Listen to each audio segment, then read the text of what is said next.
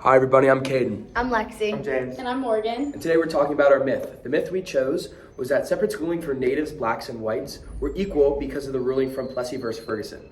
Just to recap, that ruling said that this separate but equal schooling was not against the US Constitution as long as all resources and facilities were equal and they had the same opportunities. So now to counteract that, our counter truth that we found was that black students were actually were denied the same education as whites. They had fewer books. Schools were typically overcrowded, underfunded. There was just fewer resources overall, and there was unequal pay for teachers. And then although blacks were allowed in these schools now, fewer blacks actually had access to them because of their low income status, and so they weren't actually able to attend schools with other races and cultures. White opposition made this very difficult for black students to learn, and they faced a lot of systemic barriers towards advancements because of this lack of education.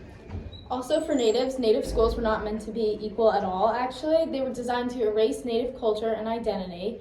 They ripped native children away from their parents and their families.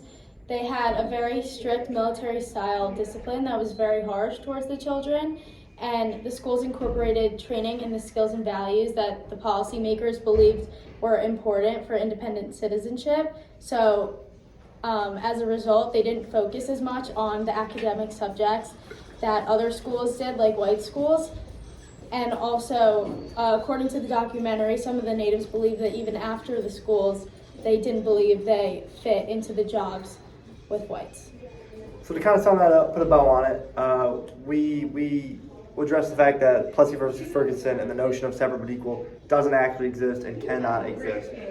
For there to be true equality, there needs to be a togetherness, and this is seen in different forms in the treatment of black students in schools and native students in schools, where black students were denied equal opportunity and native students where the attempt was to assimilate them.